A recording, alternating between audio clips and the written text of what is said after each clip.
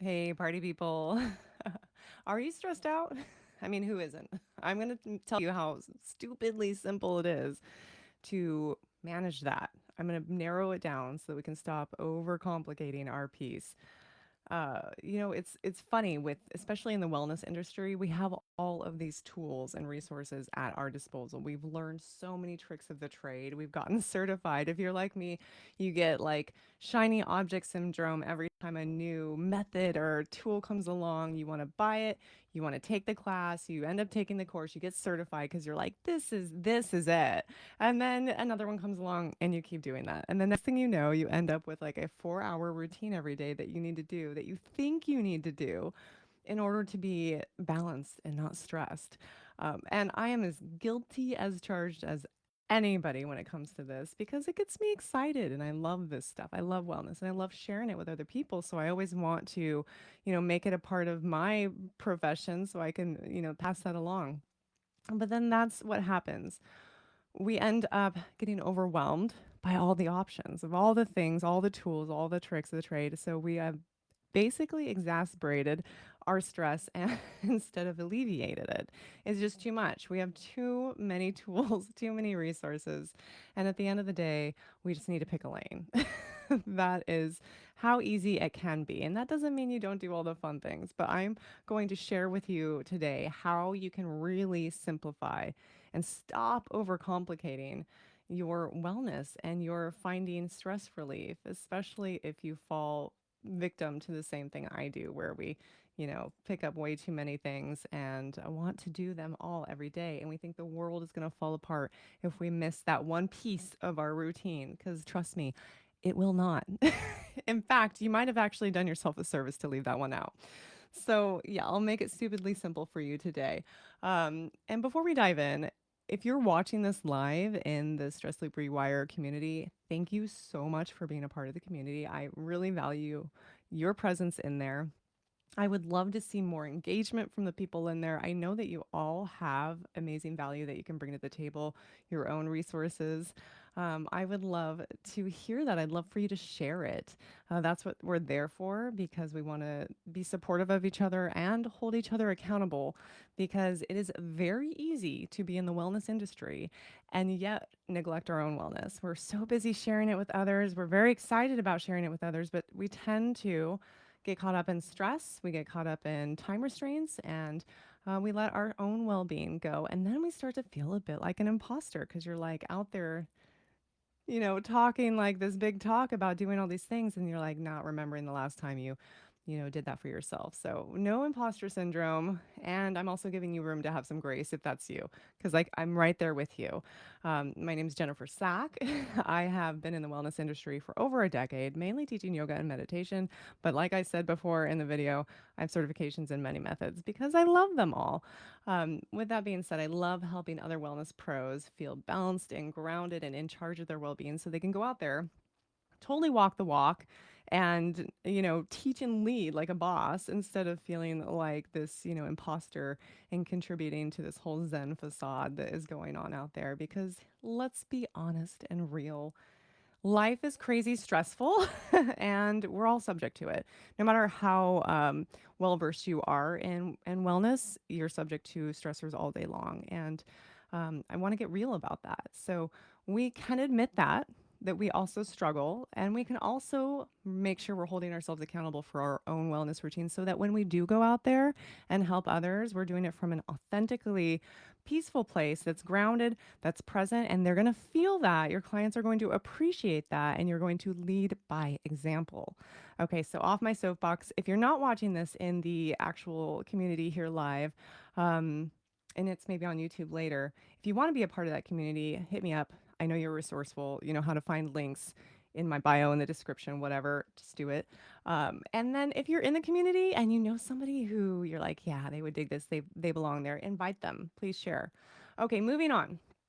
I'm going to ask you if this has happened to you because it kind of reminds me of what we're talking about with the overwhelm of too many wellness options. And I equated it to this other thing that has happened several times in my life. And it's where I go to a store and I'm shopping. This happens somehow a lot at Target. I don't know why, because there's so many shiny, pretty things. And you start filling your cart full of things, things that are nice, clothing items, a little jewelry, maybe a purse, or maybe it's even food when you're grocery shopping. I don't know. Suddenly, you'll look at your cart and you're like, I need to pare this down. I need to make some choices. This is too much. I can't either budget wise or this just doesn't even make sense. This is excessive. What am I doing here? Do I really even like this? Um, you start looking at it, but then that moment comes when you need to actually pare stuff down and you're like, and you get so overwhelmed. You break out in the sweats and you just walk away from the cart. Full cart, done. Like out of the store. Just wasted like a half hour, 45 minutes of my life doing what? I don't even know. And I've done this several times. And it reminds me of the same thing with anything. You get really excited, you start piling on all the things. So think about wellness, think about all our wellness tools. You start with the meditation app, and then there's a really cool fitness app, and then there's some essential oils you get into. And the next thing you know, you're doing all these breathing techniques, and now you're on a health kick here. And I mean, I can't even. The roads we can go down, especially with YouTube and all the resources at our fingertips, literally on our phone, the rabbit holes you can go down all day long of the different methods, tools, and routines that you can employ are it's overwhelming. It's overwhelming. So what are we doing? We're stressing ourselves out. And then what can happen is we just turn around and we don't do anything because we're like, "Oh, I'm overloaded. I'm just going to veg out on the couch. I'm going to scroll. I'm going to watch a show, or I'm going to just, numb my mind. Maybe it's substances you go to. It's, drinking the wine and to decompress. And nothing wrong with that. But we tend to stop doing the things that we know are good for us and revert to the things that will just help us numb our mind because we're overwhelmed and stressed. And that's because we are stressing ourselves out. And that's because the environment is stressful. But I digress. I think the solution truly is just to pick a lane. And I can tell you this from experience, from having tried so many things, loving them all, but then getting overwhelmed with trying to do them all. It's really super simple. So here's two lanes that you can access as an entry point to disrupt your mind body stress loop, to sort of rewire things. The beauty is either lane you pick is going to affect the other one, so no need to choose them both. And you're going to make it super stupid simple, okay? So lane number one is your mind, okay? So you want to learn to detach. You want to learn to let go of narrative. You want to learn to find that space and that, the space between thoughts. You want to do all that so that you're not wrapped up, ruminating, second guessing, planning, organizing, like treadmill on the mind, super fast, right? And in the body, second lane that you could choose, you can go towards the body. That's your entry point. You can get grounded in your body physically, move the energy out, come inside the framework of your body instead of being super displaced energetically everywhere else. And that's going to help you feel really good. Now, I know what you're going to say, but in each one of those lanes, Jennifer, there's 50 million options. And you're right, there is. Because if you go to if you go to the mind as an entry point, as your lane that you're choosing for your stress relief, there's so many things you can do. So you're like, well, do I do affirmations or mantras? Do I just try and slip into the void or concentrate on the space between items? Do I try some sort of counting technique? Um, you know, Maybe it's a stop and pause tool. There's so many things once you get into that. You could find a book on every single one of them, a YouTube video that's going to prescribe to every different technique. Yes, there's a lot there. Same with the body as an entry point as a lane that you choose to disrupt your mind body stress loop. You're like, well, what am I supposed to do? Am I going to stand in the grass for 5 minutes a day? Am I going to do some somatic exercises, some EFT tapping? Am I going to, just straight exercise, get a massage? I mean, there's so many ways to enter your body in order to get grounded and to move energy. So, yes, you have a point. However, I think that you should just treat it like the kid in the candy store moment. I think you should sample as many as you can without commitment. without getting into this overwhelm of like, I have to do this now. No, no, no, no, no. Just go in and like try everything that appeals to you. Not everything. If there's something that you come across that you're like, I don't really want to, don't do it. But be like a kid in a candy store. Get really curious. Try them all. And then you're going to qualify the technique. Before I tell you how to qualify the technique, I'm going to share with you here in the next few weeks. I'm dropping an amazing resource. It's a 7-day energy reset challenge. And I don't really like the word challenge because that makes that sounds stressful. I don't like the word challenge. We'll call it the 7-day energy reset experience. How about that? But it's an amazing journey. You'll go along with me every day. You'll get a video that I'm going to guide you through the practice for the day. You're going to get some tools. You're going to be sampling tools every day so that you can qualify at the end what really works for you. There's going to be great PDFs, audios, all this included. If you want in on that ahead of the game, drop a dibs in the comments because I will give it away for 5 people free of charge before it goes out there at its price, which I'm not sharing now. So, with that being said, here's how you qualify a tool, a technique, a resource to make sure that it's something that's worth your while to stick with. First thing first, you need to make sure that it's effective. Does it work for you? Not everything works for everybody. Not everything hits the same way. I have an insane, amazing experience from sound baths. And you know how many people I've drug to sound baths? Because I'm like, you gotta experience this. And then I take them and they're like, yeah, yeah. I'm like, what do you mean? So it's one of those things where everybody has a different experience. I love tuning forks. I love feeling vibration. It doesn't resonate with anyone, everyone. So it's really about is it effective for you? Do you feel a shift? Does it create space in your mind? Does it calm your mind? Does it calm your body? Do you get grounded? Do you feel stress relief? Do you feel present? Is it effective for you? Second thing to qualify your new technique or whatever it is you're choosing for your entry point is it easy? Like, do you need to read a bunch of instructions on it every time, or do you forget like steps of it, or you're like, oh man, wait, hold on, I gotta think about this, or can you just drop in and do it? Is it like something that can become or is already second nature for you? That's a great qualifier. And then third, will you remember to do it? Or can you actually do it? Not everybody can go through some like, 30-minute what routine of something every day. They're like, yeah, I'm going to do this really great um I don't know. I'm trying to think of a really good example of like Kundalini maybe. They're like, I'd love to do Kundalini every day. I feel it so much. It really affects me in a great way. But do you really have the wherewithal, the bandwidth to do that every day? Sprinkle it in as you can if you really love it. It's effective for you. But let's think about tricks that you can actually do all day every day, like all day every day. And here's why I say all day every day.